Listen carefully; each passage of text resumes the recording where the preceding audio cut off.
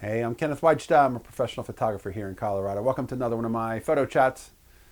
So today I want to tell you specifically that the world is better off because you're in it. It really is. And the fact that you're a photographer and you're making work and you're documenting your world, we need you. There was a story about a woman whose son recently committed suicide. And I couldn't help but think, was it loneliness? Was it depression?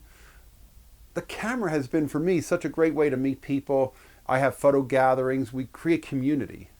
And I think a business of photography is something that is so great that we can have that kind of inclusion. We can, have that kind of friendship develop through photography.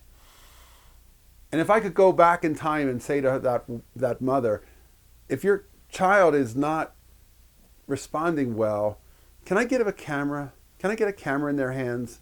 And can I give them a photo project to document their world a little bit and to go maybe photograph some strangers and do that, which is difficult to do, but go up and talk to people and see what happens.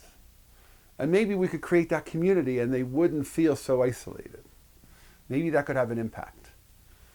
And if there was somebody that I found out today that was in that depressed mode that I could give a camera to, I will give them the camera.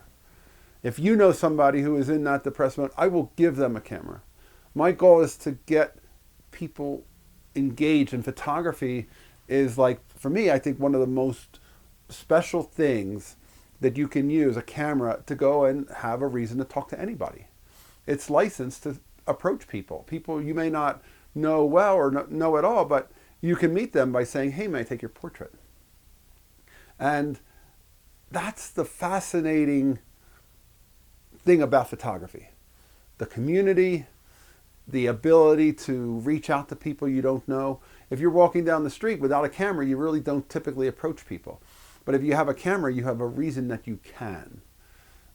And I want to say that there has to be a way that people who are feeling isolated, not very social, not really connected, how photography could change that.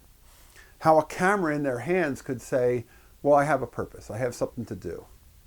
I'm going to finish this project and I'm going to show it to somebody. And now we're going to talk about, what am I seeing? What's my vision? Because we all have a unique vision. Nobody can make what I make.